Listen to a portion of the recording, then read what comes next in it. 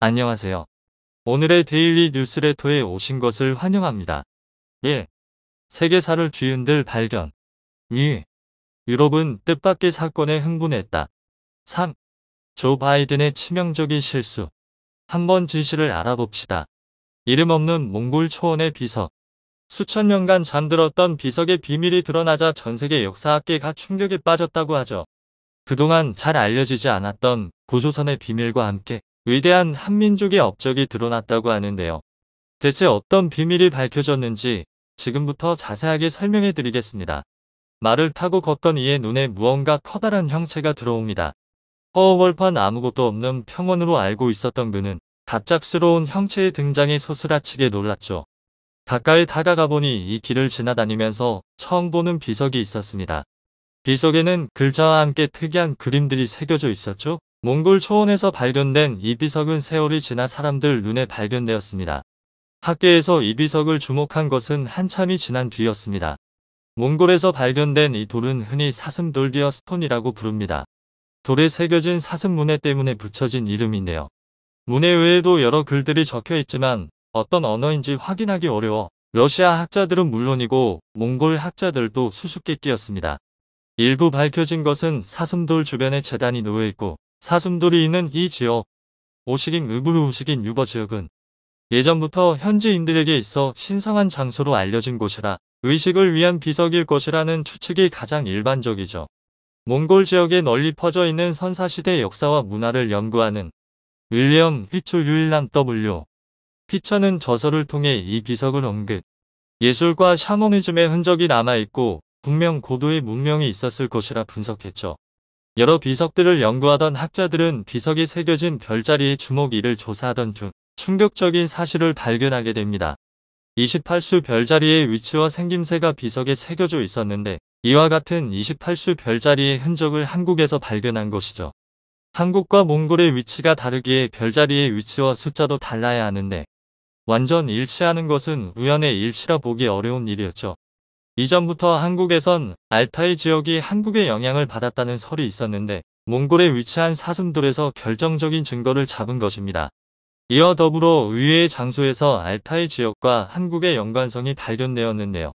32년간 한라산에서 식물 연구를 한 김찬수 박사가 알타이에서도 한라산에서 볼 법한 식물을 발견했다는 주장을 펼쳤습니다. 그는 총 20회에 걸쳐 몽골 현지를 탐사한 베테랑 연구자인데요.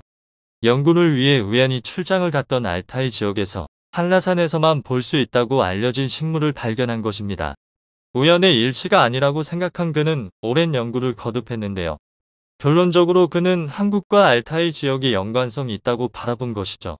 그가 예로 든 식물 중 방석별꽃은 알타이에서만 볼 수 있는 식물인데 한라산에서 방석별꽃과 매우 흡사한 식물을 발견할 수 있었는데요. 별꽃, 새별꽃, 벼룩나물 등 방석별꽃 아종은 우연히 발생할 수 없는 식물입니다. 그는 조심스럽게 한라산 지역에서 생긴 식물이 알타이 지역까지 퍼진 것이라는 추론을 제기했습니다. 모든 증거들을 조합해보면 놀라운 결론에 이르게 되는데요. 바로 한국이 알타이 지역까지 영향력을 미쳤고 그 증거가 이제서야 발견된 것이라는 이야기입니다. 고조선의 역사를 연구한 서울대학교 신용하 교수는 고조선의 강역이 사실 몽골을 비롯한 시베리아 영역까지 뻗어 있었다는 주장을 하며 지금의 알타이 지역은 한민족의 생활권이었다는 주장을 한 적이 있었죠. 그의 말처럼 알타이가 한국의 지배 아래에 있었다는 게 이제서야 밝혀진 것입니다. 이미 고대사를 연구하는 학자들 가운데 상당수는 알타이 지역을 중심으로 한 시베리아 근방과 한국 사이에서 상당 부분 공통점이 있다는 사실을 연구한 적이 있습니다. 한민족의 기원을 추적한 주채혁 교수에 따르면 알타이 사얀 산맥 기원설을 제시하며 알타이 지방에 있던 유민들이 한반도로 넘어오면서 고조선이 생긴 것이며 고조선의 선이 사실 술록의 먹이인 선입기라는 주장을 펼친 바 있었죠. 그러나 이 주장은 완전 잘못된 것이었습니다. 넓은 강역을 차지하고 있었던 고조선이 멸망하면서 후대 기록들이 끊기고 중원에 등장한 한족들이 역사 왜곡을 감행 한반도의 위대한 흔적을 말살했기 때문에 고조선의 후예조차 우리의 역사를 제대로 알지 못했던 것이었죠. 국제학술지 네이처도 이러한 주장에 힘을 실어 주었습니다. 독일 막스 플랑크 연구소 주관으로 언어 연구를 진행해본 결과 유화 지역에서 대부분의 동아시아 언어가 파생되었다는 사실이 밝혀졌습니다. 리아오 황 일대에 거주하는 이들이 동쪽과 서쪽으로 퍼져가면서 언어가 분화되고 여러 민족이 섞이면서 지금과 같은 다양한 형태의 언어들이 등장할 수 있다고 바라본 것인데요. 이들이 지적하는 리아오 황일대는 지금의 유화 지역으로 중국인들이 동이족이라고 칭했던 이들이 살던 곳입니다. 동이족은 사실 한민족을 중국인들이 칭하는 단어로 다시 말하면 고대 한국어가 지금 아시아 언어의 조상이라는 소리입니다. 신용화 교수가 일찍이 고조선 문명이 중국 문명에 영향을 주었을 것이라는 사실이 네이처 연구 결과를 통해 드러난 것이죠. 실제로 알타이 지역의 언어를 조사해보면 놀라울 정도로 한국어와 흡사합니다. 알타이 지역에 살고 있는 이들은 을이라는 단어를 사용하는데 이는 한국어로 물을 뜻하는 단어입니다. 아빠는 한국어와 똑같은 용법으로 사용하고 만일이라는 단어는 말을 뜻하는 것에서 놀라울 정도의 유사성이 관찰됩니다. 게다가 이들은 하늘의 신을 섬기며 흰 옷을 매달고 제사를 지내는 풍습을 지금까지 지켜오고 있는데요. 이들이 신성하게 여기는 성소는 한국에서 볼 수 있는 선앙당의 모습과 매우 흡사합니다. 신화나 이야기에서도 한국과 알타이 지역 사이에 놀라운 유사성이 관찰되는데요. 알타이 민담인 하늘로 강별이 질트스 내용을 살펴보면 여자애가 새엄마와 언니의 구박을 견디지 못해 죽었다가 환생하는 내용이 있는데요. 한국의 콩쥐팥쥐 이야기와 놀랄 정도로 흡사합니다. 소원을 들어주는 댕기 1화의 경우 나무꾼과 선녀 이야기와 부여의 시조인 금어왕 이야기를 합친 것과 같습니다.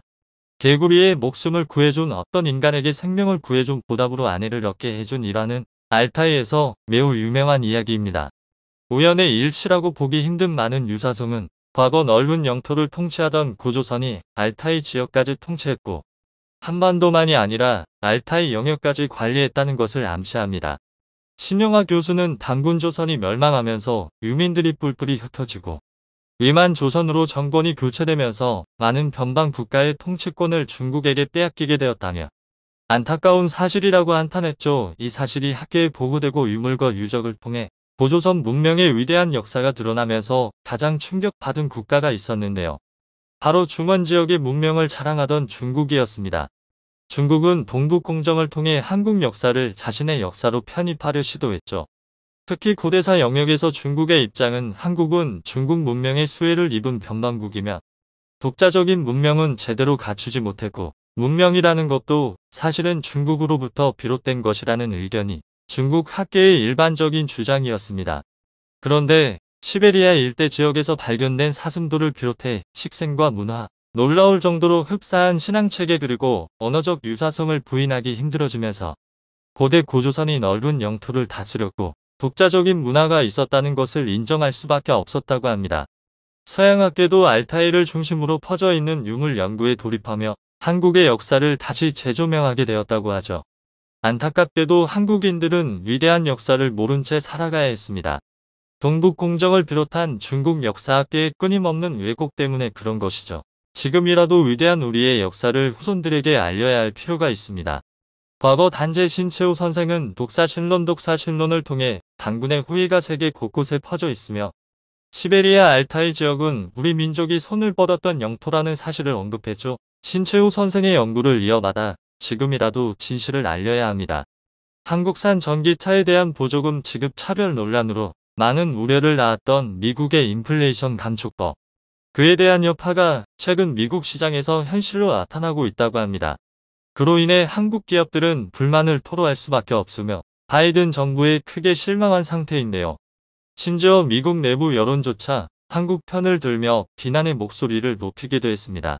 한국의 피해가 막심할 것으로 예상되는 상황에 많은 이들이 우려해 왔으나 최근 들어 그 분위기가 급격하게 반전되고 있다고 합니다. 미국으로부터 철저하게 뒤통수를 맞은 한국 기업들이 참지 않고 미국을 떠날 것을 선언하며 역으로 뒤통수를 치고 나선 것이죠. 특히나 LG가 방산 협력으로 많은 부가가치를 창출해냈던 폴란드와 다시 한번 손을 잡고 미국을 버릴 계획을 세우고 있음이 드러나자 미국에서 한국까지 직접 찾아와 매달리고 있는 상황까지 연출되고 있다고 하는데요. 지난 3일 현대차 그룹의 9월 미국 내 전기차 판매량이 전달에 비해 크게 줄어든 것으로 집계됐습니다. 9월은 인플레이션 감축법이 본격적으로 시행된 이후로 그간의 인플레이션 감축법에 대한 우려가 현실로 나타난 것인데요. 더욱이 오는 12월 중간선거를 앞둔 조 바이든 정부와 민주당이 인플레이션 감축법을 주요 입법 성과로 널리 홍보함에 따라 우리 기업의 타격은 당분간 더 커질 것으로 보입니다. 한국 정부와 기업은 계속해서 불만의 목소리를 내며 여러 방면으로 문제 해결을 위해 애쓰고 있으나 바이든 정부는 귀를 닫고 기존 입장만을 고수하고 있습니다. 이에 미국 내부 여론조차 한국 편을 들고 나서며 바이든 정부에 대한 비난의 목소리가 커지고 있는데요. 미국의 한 매체는 바이든 정부가 인플레이션 감축법으로 한국의 반발을 샀다는 제목으로 바이든 대통령이 5월 방한 당시 경의선 현대차 회장을 만나 절대 실망시키지 않겠다 말해놓고 오히려 큰 실망을 안겨줬다며 바이든을 비판하는 내용의 기사를 보도했습니다. 또한 웬디 코틀러 전 미국 무역대표부는 인터뷰를 통해 미국 중심주의와 동맹 대우가 조화를 이루지 못한다며 한국이 충분히 화날 만하다고 한국 편을 들어줬습니다. 그도 그럴 것이 한국 기업이 미국 경제에 기여하는 바가 대단히 크기 때문인데요. 미국의 또 다른 매체는 동맹국 중 한국의 반발이 가장 큰데 그것은 한국이 가장 많이 기여했기 때문이라고 밝히기도 했습니다. 현대차는 조지아 공장에 7억 달러가량 투자했으며 그 후 물류, AI 관련 사업 등에 3억 5천 달러를 추가 투자하여 총 15조 원에 달하는 대대적인 투자 의사를 밝혔습니다. 이는 미국 동맹 투자액 중 최고 수준으로 실제 한국은 3만 5천 개의 미국 일자리를 만들어내는 등 막대한 기여를 했습니다. 또한 한국은 전기차뿐만 아니라 배터리, 반도체 등 미국이 요구하는 모든 기업을 미국에 보냈으며 14동맹까지 참여했습니다. 중국이 반발할 것이 뻔한 상황임에도 큰맘 먹고 결정을 내렸지만 돌아온 것은 바이든 정부의 철저한 외면이었습니다. 이에 미국 매체들이 바이든, 트럼프와 다를 바 없는 미국 중심주의를 지속하고 있다며 우려의 목소리를 내고 있는 것이죠. 나라 안팎의 비판에도 불구하고 미국 고위 당국자들은 애매모호한 답변만 늘어놓으며 상황을 회피하고 있습니다. 한편 미국 의회에서조차 인플레이션 감축법을 비판하며 개정을 촉구하고 있다고 하는데요. 한국 기업뿐만 아니라 미국 기업 역시 법안을 이행하기가 어렵기 때문입니다. 이에 중간선거 후 세부 법안에 변화가 있기를 바란다는 취지의 의견이 제시되고 있습니다. 그러나 미국 중심의 법안으로 바이든 정부의 지지율이 올랐으며 미국 자동차 회사들의 로비가 막강하기에 개정 가능성은 매우 희박해 보입니다. 한국에게 불리한 법안 고수로 많은 이들이 한국의 피해를 우려해 왔으나 최근 들어 그 분위기가 급격하게 반전됐습니다.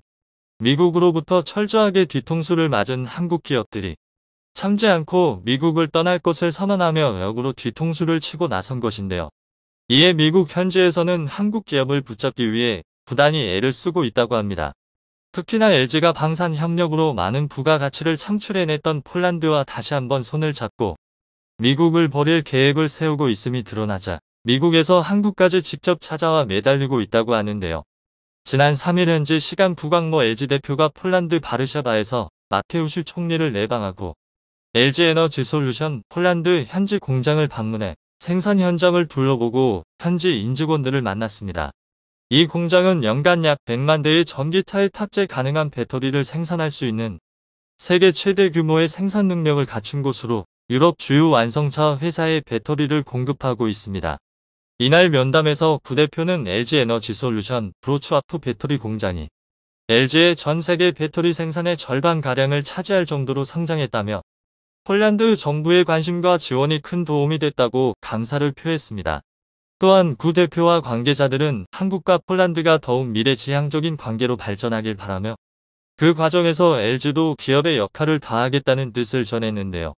LG는 LG전자가 1997년 폴란드 바르샤바에 판매 법인을 설립한 이후 25년간 폴란드와 깊은 인연을 맺어왔습니다.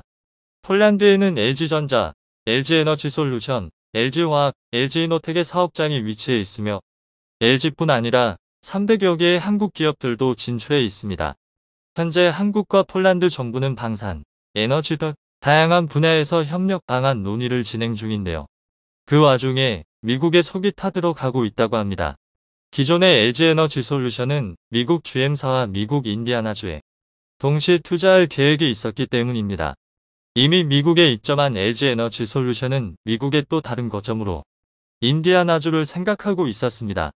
미국 자동차 회사인 GM도 LG에너지솔루션의 협력이 꼭 필요한 시점이었는데요.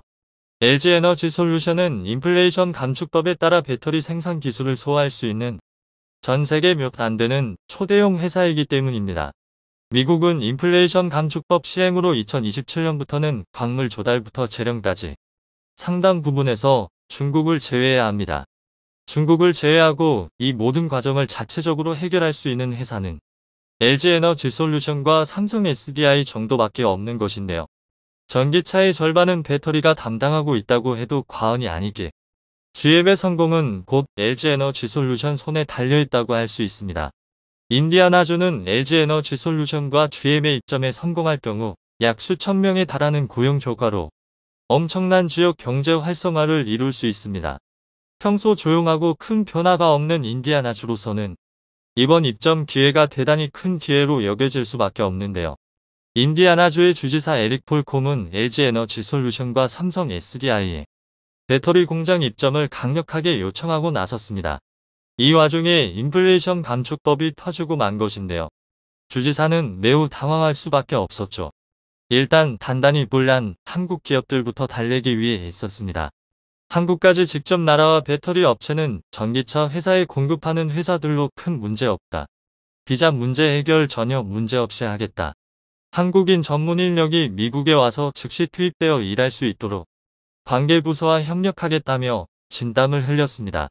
주지사의 그러한 노력에도 불구하고 이미 뒤통수를 맞은 한국 기업들로서는 미국이 또 어떤 뒤통수를 칠지 우려할 수밖에 없는데요.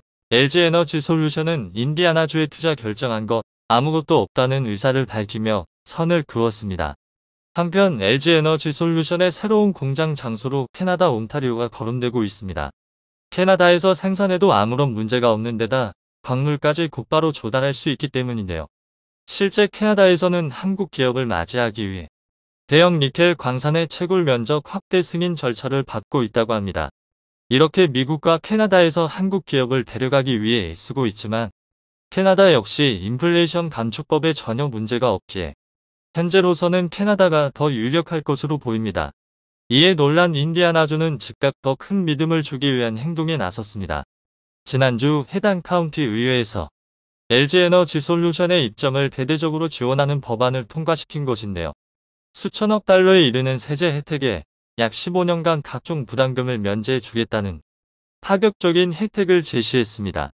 미국 기업조차 이런 혜택을 받은 선례가 없을 정도로 파격적인 혜택인데요. 인디아나주가 한국 기업 입점에 얼마나 절실한지를 잘 보여주는 사례인 것 같습니다. 한국 기업이 떠날까봐 마음 졸이고 있는 미국 지역은 비단 인디아나주만이 아닙니다. 현대차 공장이 세워질 예정인 조지아나주 역시 한국 기업의 마음을 붙잡기 위해 쓰고 있는데요.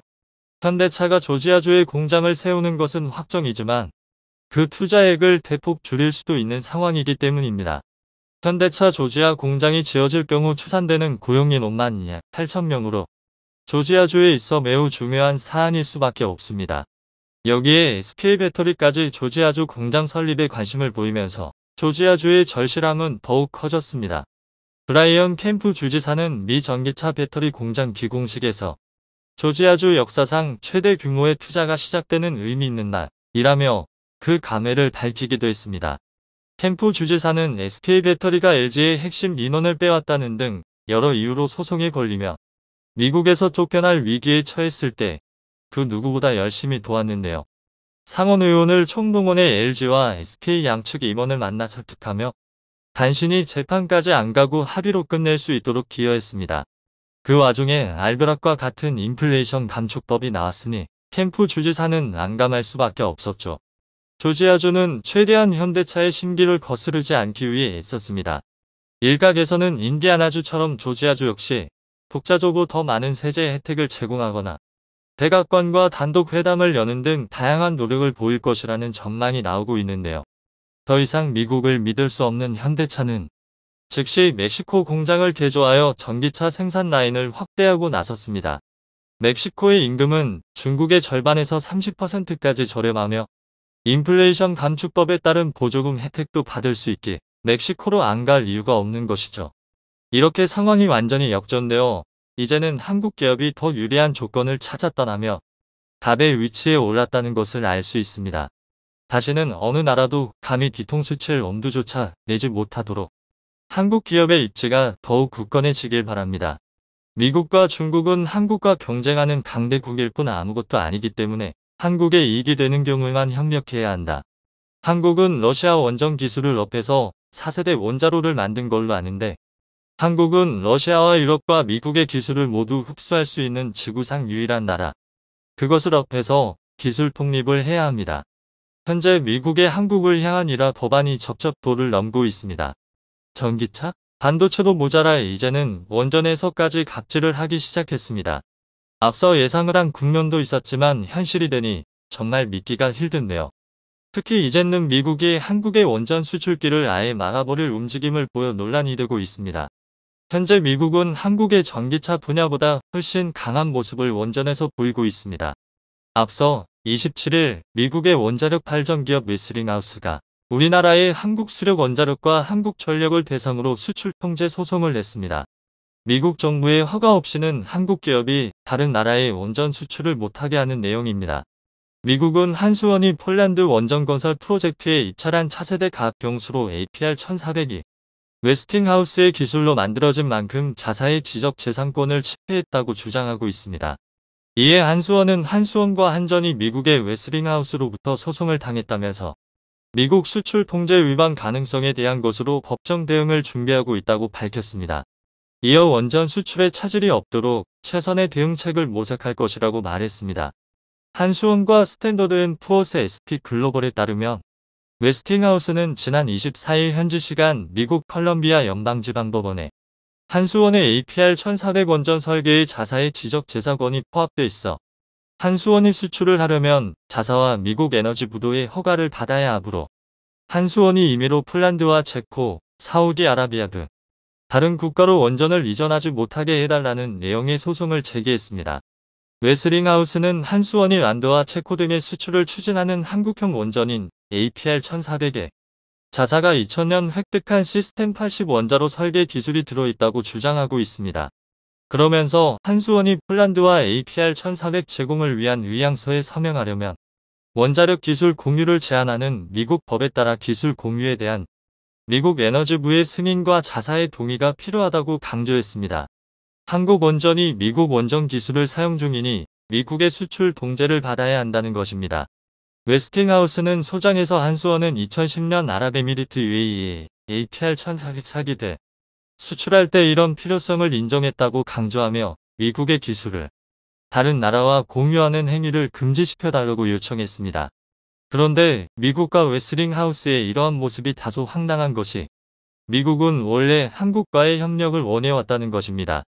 한수원은 앞서 UAE 원전 수출 때는 이 문제를 웨스팅하우스의 기술 자문료를 주고 증기터빈을 당시 웨스팅하우스 모회사인 도시바에 하청을 주는 형태로 타협해 미국 에너지부의 승인을 받아 해결했습니다. 이를 두고 일각에서도 미국은 무조건적으로 한국의 원전 수출을 경계할 것이 아니라 적극적인 협력을 해야 한다고 주장합니다. 왜냐하면 아무리 미국의 원전이라 할지라도 한국이 수출하는 버전은 한국의 기술진들이 상당한 기술 개량을 했으며 너무 비싸서 수주의 엄두를 내지 못하는 미국산보다 한국형은 상당히 저렴해 에너지난 해결에 꼭 필요하다는 것입니다. 그리고 현재 원전 산업을 상용화 가도로 끌어올릴 나라는 한국뿐입니다. 사실 웨스팅하우스는 원천 기술을 갖고 있기는 하지만 이들 제대로 사용하지 못했습니다. 특히 도시바에 인수됐다가 도시바가 파산하며 존립위기에도 처한 바 있습니다. 그렇기 때문에 웨스팅하우스가 앞서 UAE 원전 수출 당시만 하더라도 한국의 기술에 박수를 쳤던 것입니다. 그리고 지금까지 원전은 위험 요소로 분류되어 왔지만 에너지난을 해결할 유일한 수단으로 판단되며 국제사회에서도 이미지가 뒤바뀌었습니다. 앞으로 원전이 전기차와 반도체만큼의 국가 기반 사업으로 성장하기 시작한 것입니다. 이에 관계자들은 미국이 한국의 진로심을 느낀 것 아니냐는 말을 하는데요. 이는 현재 논란이 되고 있는 폴란드 원전 언론에서도 거론됐습니다.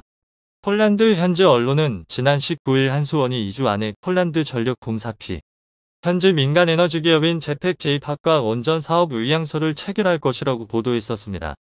폴란드는 이르면 이달 말 6에서 9GW 규모의 가압병수로 6기를 지을 사업자를 정할 것으로 알려졌는데요. 이에 한수원이 유리한 고지를 접하자 웨스팅하우스가 소송으로 막판 뒤집기를 시도했다는 해석이 나오고 있습니다. 그런데 한국 입장에서는 미국의 이러한 태도가 이해가 가지 않습니다. 미국이 올해부터 계속해서 한미원 전동맹을 강조해왔기 때문입니다. 그러면 양국이 협력하여 원전을 수주하면 되는 것인데 왜 이러한 상황이 생겼냐는 것입니다. 현재 관계자들은 이번 수주가 폴란드 수주라서 그러는 것 아니냐는 말을 하는데요. 폴란드는 사실 한국과 미국처럼 협력하던 나라인데 우크라이나 사태 이후 한국과 폴란드가 적극적인 협력을 하기 시작해 자신들의 영향력이 축소될 것으로 걱정한다는 것입니다. 그리고 일각에서는 미국이 이러는 배경에는 이유가 또 있다는데요. 미국은 최근에 웨스팅하우스를 11조 5천억 원 규모로 인수했습니다. 결국 자신들이 11조를 썼으니 그것을 수주로 충당해야 하는데 한국이 계속해서 수주를 한다면 불가능해지기 때문입니다. 이에 이와 같이 한국의 원전 수주도 동제하겠다는 것이죠.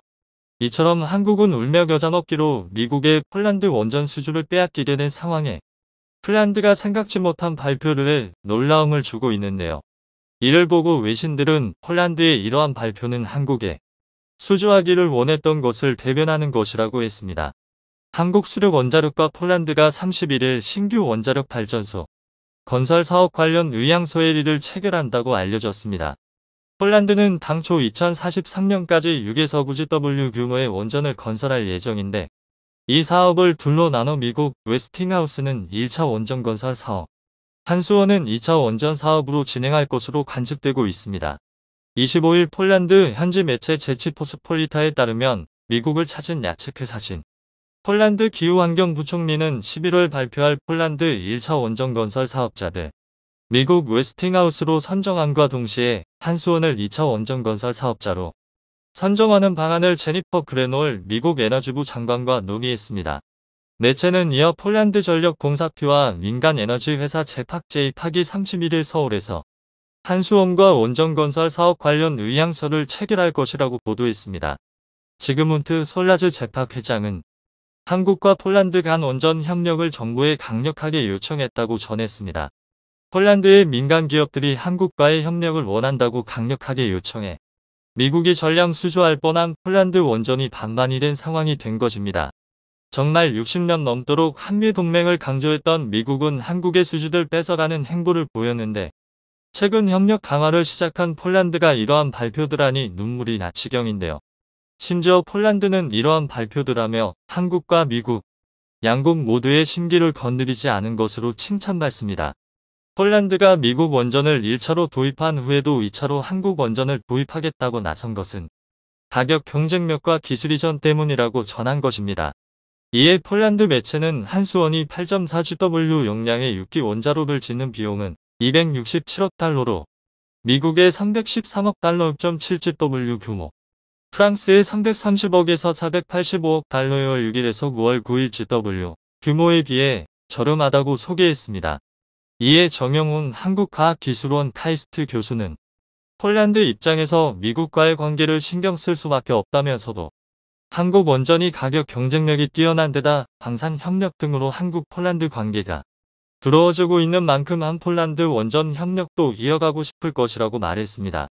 물론 원전 수주존에서 각국들의 선택이 가장 중요하기는 하지만 바이든 성향을 보거나 미국의 입김을 무시할 수 없는 게 현실입니다. 그런데 미국 내부에서는 한국 원전 수주를 막았다가 사우디가 한국 원전이 아닌 러시아 원전을 지으면 어떡하냐고 말합니다. 미국이 자신들의 원전을 수주하려 하지만 사우디에서는 이야기가 달라지는데요. 현재 사우디는 미국의 등을 돌린 상황인데 미국의 원전을 지을 리 없으며 차선책이 한국뿐인 상황입니다. 그런데 미국이 이를 막으면 사우디로서는 러시아 원전을 지을 수밖에 없는 것이죠. 그렇게 되면 주변국들을 중심으로 러시아 원전의 영향력이 넓어질 가능성이 있는 것입니다. 이처럼 미국은 한국의 전기차, 반도체도 모자라 원전 성장까지 막으려 하는 모습인데 결국 각국들의 미국 투자 회피 현상을 만들고 미국의 우호적이지 않은 나라들에서는 안 좋은 상황이 연출되고 있습니다. 영상이 도움이 되셨다면 구독과 좋아요 부탁드리며 오늘도 감사합니다. 최고로 멋진 하루 보내시길 바랄게요.